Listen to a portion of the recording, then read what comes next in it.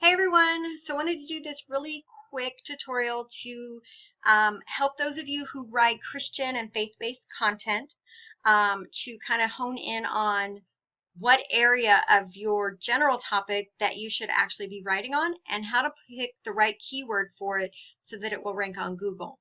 So I'm just going to go with a post that I had recently come across in one of the blogger groups that I'm in. And the overall concept of the post was how to grow as a Christian. And so make sure that you have the keywords everywhere browser extension installed, because once you do that, as you type into the Google search box here, you'll see this stuff starts to populate and it has the search volume right there. This is straight from Google. And so before you even go over into the Google Keyword Planner, any of those other tools, it's telling you right now if people are actually searching for that specific phrase. And then it'll also give you other variations or maybe directions that are related to that phrase. So I'm choosing how to grow as a Christian. It has steps to grow spiritually, growing spiritually Bible verses, how to grow spiritually, 5 ways to grow your faith. Any of these could be not just your keyword that you're going to try to rank for, but could also be, help you come up with a title as well. And so I'm just going to put how to grow as a Christian, which has 0. Nobody is typing that in. So I definitely do not want to use that as my keyword. But you'll notice over here, you have these related keywords and people also search for. So this is just an expansion of this, but it can give you more ideas of either another way to say what you just typed in there, or what you typed in there with a little more specificity on, the area of it.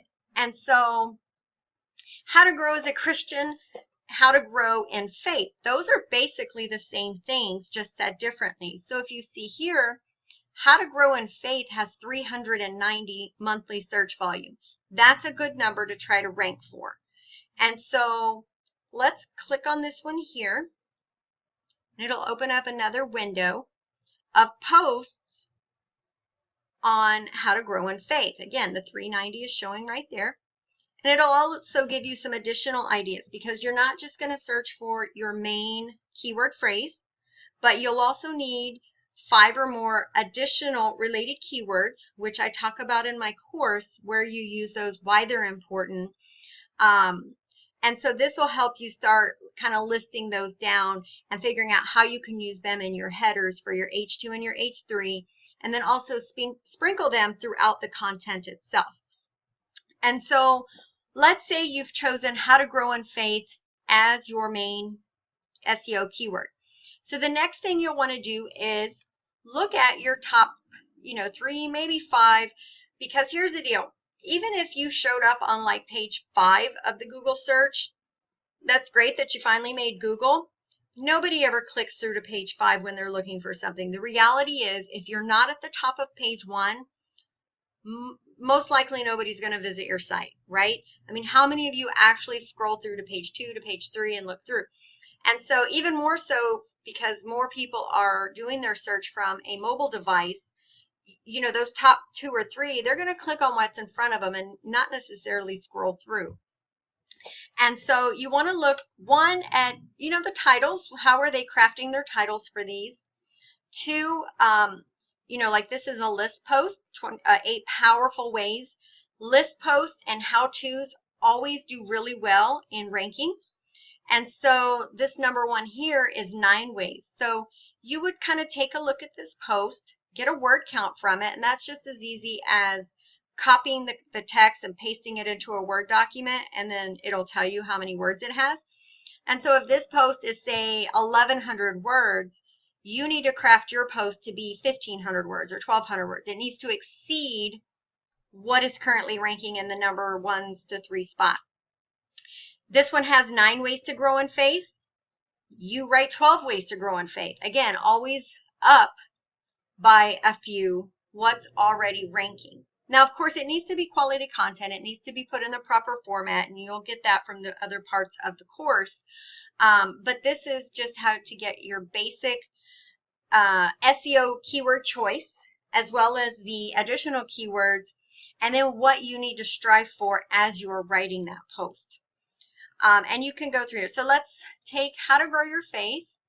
And we're going to come over to the Google Keyword Planner.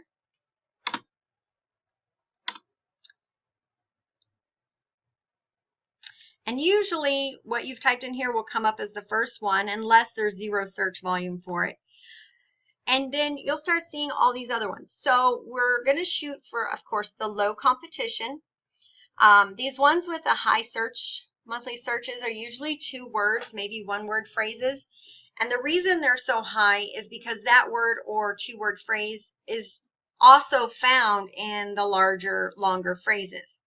Like faith, if we just search faith, it would be like probably in the millions, because growing in faith, well, faith is right there. So that million includes that 108. Never try to rank for a 2 or 3-word phrase, especially a 1 or 2 word. My rule of thumb is 5 words or more. And that's the exact thing someone is typing in to Google to find an answer. Growing in faith, growing in Christ.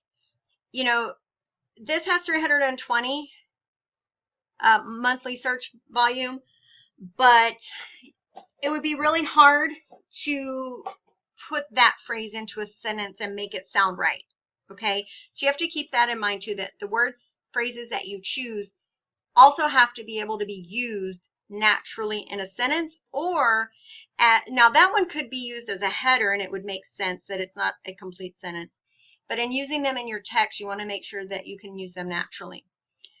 And so you just kind of scroll through here. I'll often do the competition from high to low, and it filters it.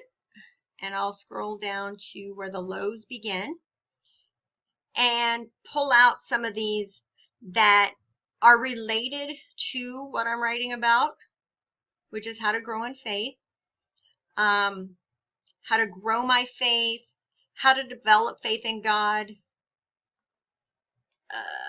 how do we increase our faith,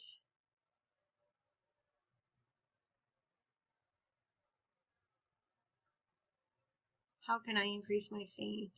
Now, it's okay, you know, like this one here is a daily prayer, 6,000, 60,000. You know, you can obviously put this phrase in your post and it's not going to hurt it. It's just giving it more backing, but don't use this as one of your 5 additional keywords that you're adding to the post. Prayer to increase faith. 140, that's a great one. So instead of saying daily prayer, you might head that section prayer to increase faith, or here is a prayer to increase faith, and then the paragraph would be the actual prayer. How to grow closer to Jesus, how to build strong faith. So you kind of see where I'm going with this.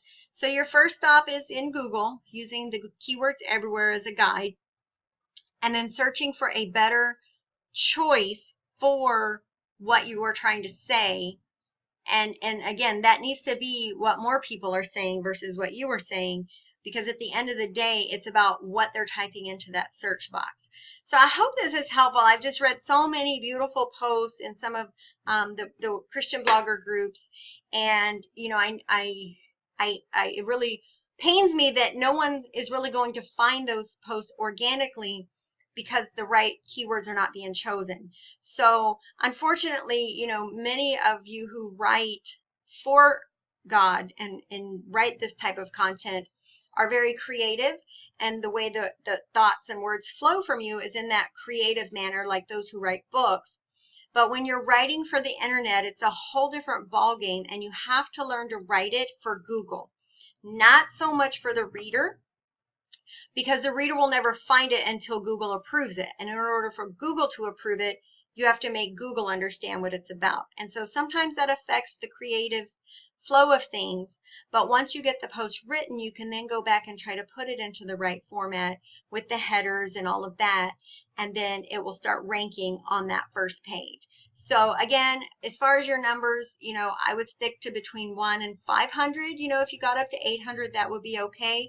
But the higher the number, the stronger the content has to be, and the more of the keyword, the additional related keywords that you'll need in there with strong headers and all of that. So I would love to hear some results after you start implementing this. I'll publish a post and I'll wait about a week, and then I'll go type my keyword into Google and see if I come up. And so I'd really love to hear stories of those of you who have started implementing these practices and are now showing up on the page 1 of Google for your content's keyword.